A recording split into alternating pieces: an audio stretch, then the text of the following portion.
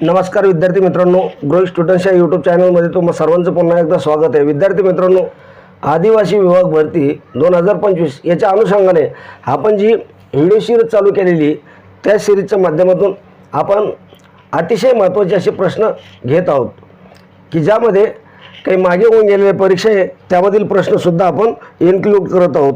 तर विद्यार्थी मित्रांनो, याचा तुम्हाला येणाऱ्या परीक्षेसाठी 100% फायदा होणार आहे। व्हिडिओ शेवटपर्यंत पाहायचा आहे। व्हिडिओ आवडला तर त्याला एक लाईक नक्की करायचे। चॅनलवर पहिल्यांदाच आले असाल तर चॅनलला सबस्क्राईब करून घ्यायचं आहे आणि आपल्या दोस्त मित्रांमध्ये व्हिडिओ शेअर करत चालायचं आहे। तर जास्त वेळ न घेता आपण व्हिडिओला सुरुवात करूया। बघा, पहिला प्रश्न काय आहे, भारतात इंग्रजी शिक्षणाचा पाया कोणी घातला? 4 पर्याय तुमच्यासमोर ठेवले जातील आणि त्यामधून योग्य उत्तर तुम्हाला द्यायचं असतं।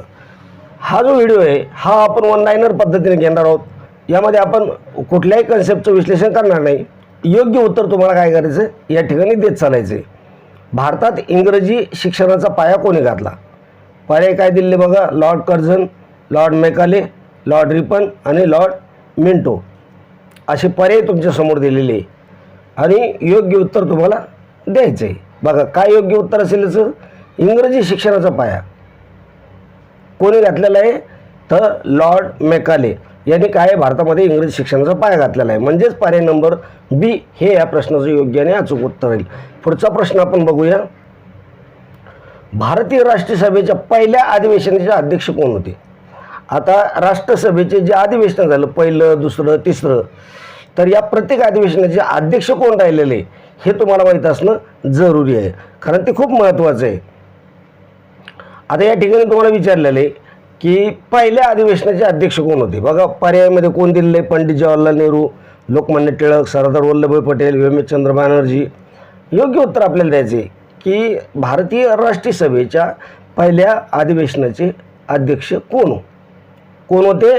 तर ह्या पहिल्या अधिवेशनाचे अध्यक्ष होते व्योमचंद्र बॅनर्जी। म्हणजेच या प्रश्नाचं योग्य उत्तर काय आहे? पर्याय नंबर डी।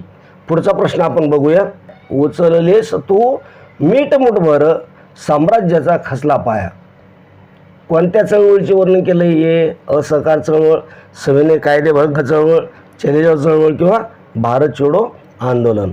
या 4 चळवळीपैकी ही जी ओळ आहे कोणती, उचललेस तू मीठ मुठभर साम्राज्याचा खचला पाया, कोणत्या चळवळीचं वर्णन केलं जातं? तर त्याचं योग्य आणि अचूक उत्तर आहे सविनय कायदेभंग चळवळ।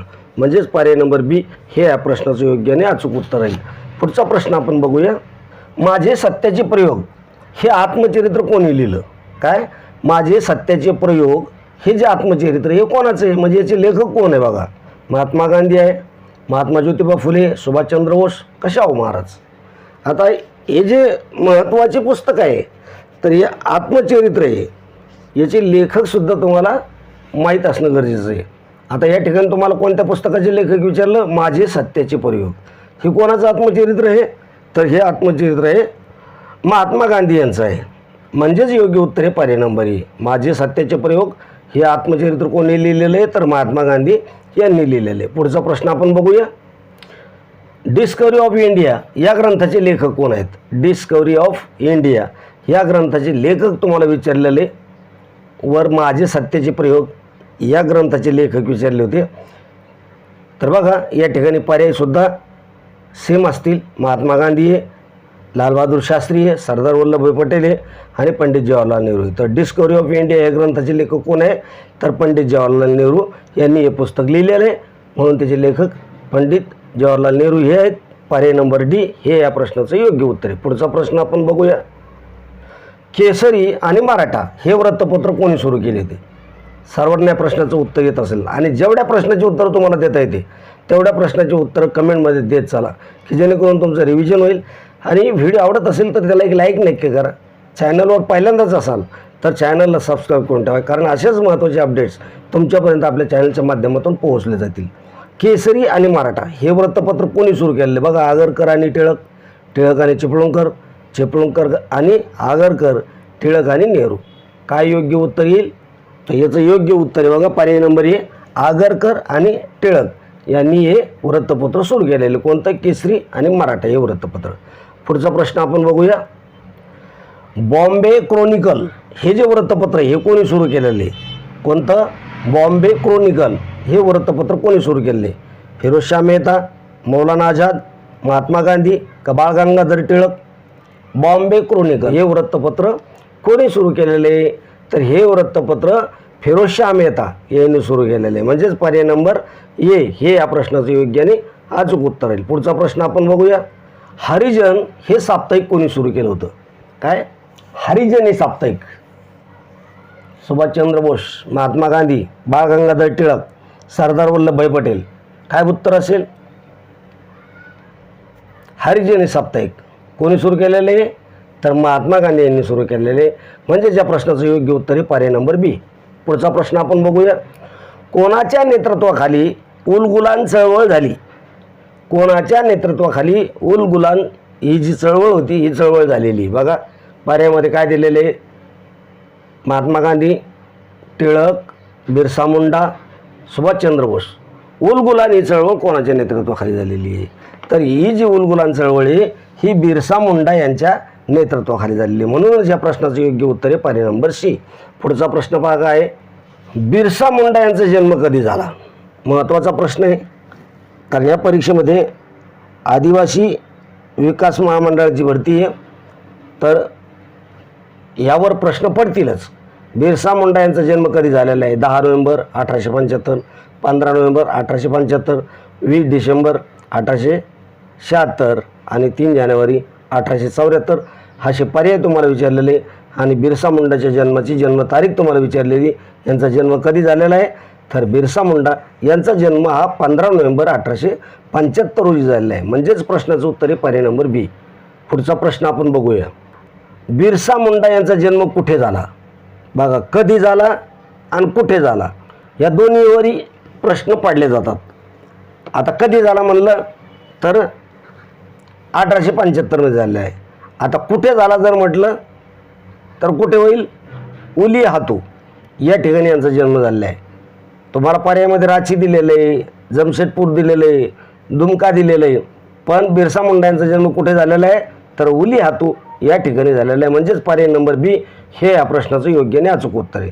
पुढचा प्रश्न आपण बघूया. बिरसा मुंडा यांना कोणत्या नावाने ओळखलं जाते? बिरसा मुंडा आपल्याला माहिती आहे, परंतु यांना पुन्हा टोपण नाव होतं की ज्यांनी त्यांना त्यांची ओळख आहे, तर ते कोणतं नाव आहे? जननायक, धरती आबा, लोकनायक, आदिवासी राजा. बिरसा मुंडा यांना कोणत्या नावाने ओळखलं जातं? तर बिरसा मुंडा यांना धरती आबा ह्या नावाने ओळखलं जातं, म्हणजेच पर्याय नंबर बी हे या प्रश्नाचं योग्य आणि अचूक उत्तर आहे. पुढचा प्रश्न आपण बघूया. बिरसा मुंडा यांच्या वडिलाचं नाव काय होतं? बिरसा मुंडा यांच्या वडिलाचं नाव तुम्हाला विचारलेलं आहे आणि ते नाव काय? बघा पर्यायामध्ये काय दिलेलं आहे? पर्यायामध्ये दिलं गोपाल मुंडा, सुगना मुंडा, रामू मुंडा आणि भीमराव मुंडा. बिरसा मुंडा यांच्या वडिलाचं नाव काय आहे? तर सुगना मुंडा, म्हणजेच पर्याय नंबर बी हे या प्रश्नाचं योग्य आणि अचूक उत्तर राहील. पुढचा प्रश्न आपण बघूया. बिरसा मुंडा यांच्या आईचं नाव काय आहे? काय नाव असेल बिरसा मुंडा यांच्या आईचं? कमलादेवी, कर्मी हातू, सावित्री देवी, लक्ष्मी देवी. बिरसा मुंडा यांच्या आईचे नाव काय आहे? तर यांच्या आईचं नाव होतं कर्मी हातू. बिरसा मुंडा यांच्या आईचं नाव काय आहे? तर कर्मी हातू. पुढचा प्रश्न आपण बघूया. बिरसा मुंडा यांनी कोणता पंथ सुरू केलेला आहे? प्रत्येक समाज सुधारकावर त्यांनी सुरू केलेले पंथ, त्यांनी सुरू केलेल्या सभा याच्यावर प्रश्न विचारला जातो. आता या ठिकाणी तुम्हाला विचारले की बिरसा मुंडा यांनी कोणता पंथ सुरू केलेला आहे? आर्य समाज, ब्राह्मो समाज, बिरसा पंथ, सनातन पंथ. कोणता पंथ सुरू केलेला आहे? तर बिरसा पंथ सुरू केलेला आहे, म्हणजेच पर्याय नंबर सी हे या प्रश्नाचं योग्य आणि अचूक उत्तर राहील. पुढचा प्रश्न आपण बघूया. उलगुलान कोणत्या कालावधीत झालेले?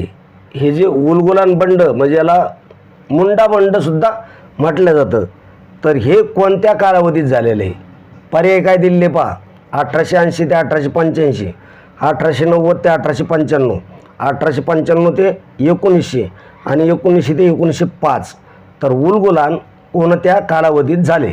योग्य आणि अचूक उत्तर राहील 1895 ते 1900 या कालावधीमध्ये हे जे मुंडाबंड म्हणतो आपण त्याला किंवा उलगुलान म्हणतो हे झालेलं आहे, म्हणजेच पर्याय नंबर सी हे या प्रश्नाचं योग्य आणि अचूक उत्तर आहे. पुढचा प्रश्न आपण बघूया. मुंडा उठाव कोणत्या भागात झालेला आहे किंवा उलगुलान कोणत्या भागात झालेलं आहे असंही तुम्हाला मानता येईल. आता हे जे मुंडा उठावे हे कोणत्या भागामध्ये झालेला आहे? पाऱ्या भागा काय, दक्खनचं पठार, त्यानंतर छोटा नागपूर पठार, त्यानंतर मालवा पठार किंवा बुंदेलखंड. तर उलगुलान कोणत्या भागात झालेलं आहे? तर त्याचं योग्य उत्तर आहे बघा छोटा नागपूर पठार, म्हणजेच पर्याय नंबर बी हे या प्रश्नाचं योग्य आणि अचूक उत्तर राहील. पुढचा प्रश्न आपण बघूया. बिरसा मुंडा यांनी कोणत्या गोष्टीसाठी लढा दिला होता? बिरसा मुंडा यांनी जो लढा दिलेला आहे तो कोणत्या गोष्टीसाठी दिलेला आहे असा प्रश्न तुम्हाला आहे बघा. स्वराज्यासाठी, शिक्षणासाठी किंवा जल, जंगल, जमीन आणि आदिवासी हक्क किंवा औद्योगिक विकास. बिरसा मुंडा यांनी कोणत्या गोष्टीसाठी लढा दिलेला आहे? तर जल, जंगल, जमीन आणि आदिवासी हक्क या गोष्टीसाठी यांनी काय केलेलं आहे? लढा दिलेला आहे. पुढचा प्रश्न आपण बघूया. इंदिरा पॉईंट कोणत्या बेटावर आहे? इंदिरा पॉईंट कोणत्या बेटावर आहे असा प्रश्न विचारलेला आहे. 4 पर्याय तुमच्या समोर आहे आणि योग्य उत्तर तुम्हाला द्यायचे. बघा काय, अंदमान, निकोबार, लक्षद्वीप आणि दमन. इंदिरा पॉईंट कोणत्या बेटावर आहे? तर निकोबार या बेटावर आहे. म्हणजे याचं योग्य उत्तर काय आहे? पर्याय नंबर बी. पुढचा प्रश्न आपण बघूया. रक्ताभिसरणाचा शोध कोणी लावला? रक्ताभिसरण ही जी क्रिया आहे या क्रियेचा शोध लावणारा शास्त्रज्ञ कोण आहे असा प्रश्न तुम्हाला विचारला गेलेला आहे. 4 शास्त्रज्ञांची नावं तुमच्यासमोर ठेवलेले आहे आणि योग्य उत्तर तुम्हाला द्यायचे. काय? डॉक्टर हुसनन, डॉक्टर विल्यम हार्वे, साल्क आणि फ्रेडरिक बेंटिंग. रक्ताभिसरणाचा शोध कोणी लावलेला आहे? तर डॉक्टर विल्यम हार्वे यांनी लावलेला आहे. म्हणजेच या प्रश्नाचं योग्य उत्तर काय येईल? पर्याय नंबर बी. पुढचा प्रश्न आपण बघूया. पुढचा प्रश्न बघण्या अगोदर विद्यार्थी मित्रांनो मी तुम्हाला एक रिक्वेस्ट करतो की अजूनपर्यंत तुम्ही जर आपल्या चॅनलला सबस्क्राईब केलं नसेल तर नक्की सबस्क्राईब करून घ्या. व्हिडिओ आवडत असेल तर त्याला एक लाईक नक्की करा. काही प्रश्न असतील तर कमेंटमध्ये नक्की कळवा. व्हिडिओ आपल्या दोस्त मित्रांमध्ये जास्तीत जास्त शेअर करत चला. तर आजच्या व्हिडिओमध्ये आपण याच ठिकाणी थांबूया. भेटूया महत्त्वाची प्रश्नपत्रिका घेऊन पुढल्या व्हिडिओमध्ये. तोपर्यंत जय हिंद, जय महाराष्ट्र. धन्यवाद मित्रांनो.